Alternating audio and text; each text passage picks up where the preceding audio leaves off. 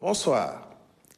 Le président de la République, M. Bassirou Diomaye Diakhar Faye, adresse ses vœux les plus chaleureux à la communauté musulmane à l'occasion de la fête de Korité, marquant la fin du Ramadan.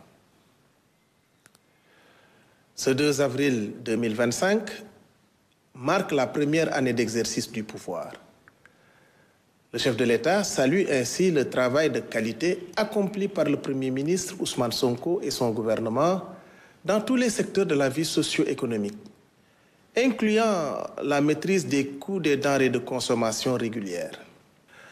À titre illustratif, le prix du kilogramme du riz est passé de 450 francs CFA à 350 francs CFA, soit 5 000 francs de pouvoir d'achat supplémentaire rendus aux consommateurs sur le sac de 50 kg.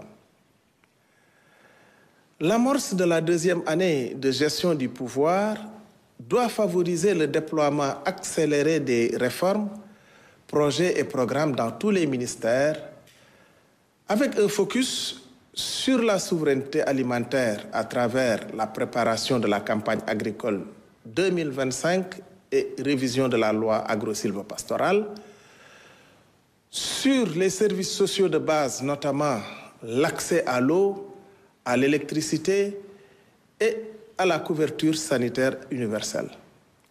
Sur l'éducation, pour un bon déroulement des examens et concours. Et enfin, sur l'emploi des jeunes à travers la finalisation du pacte de stabilité sociale et la tenue d'une conférence sociale en avril. Le président de la République insiste sur l'assainissement des finances publiques et sur la restructuration du système économique et financier afin de renforcer la crédibilité du Sénégal. La fête nationale du 4 avril 2025 honorera nos forces de défense et de sécurité ainsi que la jeunesse sénégalaise. Une grande cérémonie civile et militaire se tiendra à la place de la Nation avec un défilé emblématique. En reconnaissance de son rôle historique, le boulevard Général de Gaulle à Dakar sera rebaptisé boulevard du président du Conseil Mamadou Dia, l'un des pères de l'indépendance.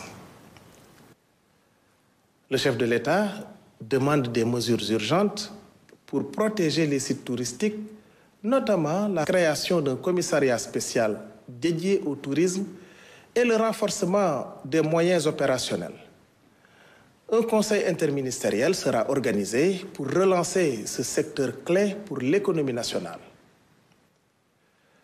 Le Premier ministre a débuté sa communication en saluant l'exploit médical du professeur Fatou Samba Ndiaye et de son équipe, ayant réalisé la première greffe de moelle osseuse au Sénégal. Cette avancée illustre la souveraineté nationale prônée par la vision Sénégal 2050. Sur le point relatif au loyer et face aux tensions persistantes dans ce sous-secteur, malgré la réglementation en vigueur depuis 2014, le Premier ministre a appelé à une analyse approfondie des dysfonctionnements. Une mission interministérielle devra d'ailleurs, avant fin juin 2025, lui proposer des mesures concrètes et concertées pour une meilleure gestion de cette problématique des loyers et du logement, essentiels à la qualité de vie de nos compatriotes.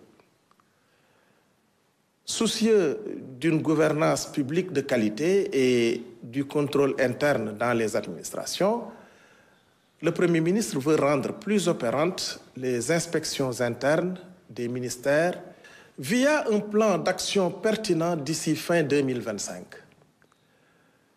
Les membres du gouvernement, quant à eux, devront d'ores et déjà faire le point du suivi des actions de contrôle interne dans leur département, tout en s'assurant du déroulement du programme établi pour l'année en cours.